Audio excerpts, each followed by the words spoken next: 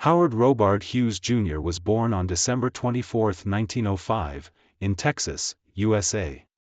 His father was the founder of the Hughes Tool Company, which held the patent for a revolutionary drill bit used in oil drilling. When Hughes was just 18, both of his parents died, and he inherited their fortune. Instead of just maintaining his wealth, Hughes expanded it aggressively, making bold moves in Hollywood, aviation, and business. Hughes had a deep interest in movies and moved to Hollywood in the late 1920s. He became famous for producing big-budget, controversial films, including Hell's Angels, 1930. A groundbreaking war movie that took 3 years to complete and featured realistic aerial combat. It was one of the most expensive films of its time and made Hughes a Hollywood star. Scarface, 1932. A gangster film that was heavily censored for being too violent. Hughes fought against government censorship and released the film anyway, setting a precedent for filmmakers' freedom. The Outlaw, 1943.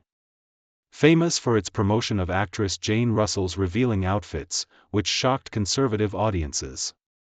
The film was banned in some states, but Hughes used the controversy to make it a box office hit. Hughes wasn't just making movies, he was challenging the system and redefining Hollywood. Hughes's true passion was aviation. He founded the Hughes Aircraft Company, which developed some of the most advanced planes of the era. Airplane speed records and daring feats.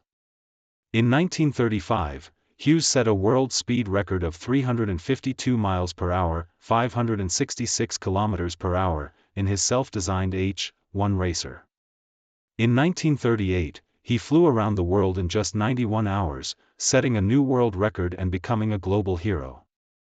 Airplane building: the Spruce Goose. During World War II, Hughes built the H for Hercules, later called the Spruce Goose. It was the largest wooden airplane ever built, designed to carry military troops and cargo. It only flew once in 1947 for about 30 seconds before being retired. Though it was considered a failure, it remains a symbol of engineering ambition. Airplane controlling TWA, Trans World Airlines. Hughes took control of TWA and challenged the major U.S. airlines, forcing them to modernize their fleets. His innovations made air travel faster, safer, and more comfortable. However, after years of legal battles, he lost control of TWA in the 1960s. Despite his incredible achievements, Hughes's mental health began to decline in the late 1940s. He developed severe obsessive-compulsive disorder, OCD, paranoia, and an extreme fear of germs. Self-isolation in hotels. Hughes locked himself in dark hotel rooms for months or even years. He became obsessed with cleanliness, refusing to touch things without tissues or gloves. He would watch the same movies on repeat for days without sleeping or eating properly. Secretive control over his empire. Hughes ran his businesses through handwritten notes, refusing to meet people in person. He surrounded himself with assistants but rarely spoke to them. He moved between luxury hotels in Las Vegas, the Bahamas, and Mexico, avoiding the public eye. Drug addiction and physical decline. Hughes became addicted to painkillers, which worsened his paranoia. He stopped cutting his hair and nails, and reports say his toenails grew inches long. By the 1970s, he weighed only about 90 pounds 41 kilograms, despite being over 6 feet tall. Hughes died on April 5, 1976, at the age of 70 while being flown to a hospital. His body was so unrecognizable due to malnutrition and neglect that the FBI had to use fingerprints to confirm his identity.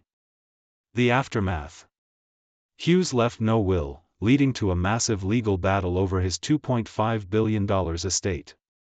His fortune was eventually divided among distant relatives and charity. His life inspired books, documentaries, and movies, including The Aviator, 2004, starring Leonardo DiCaprio.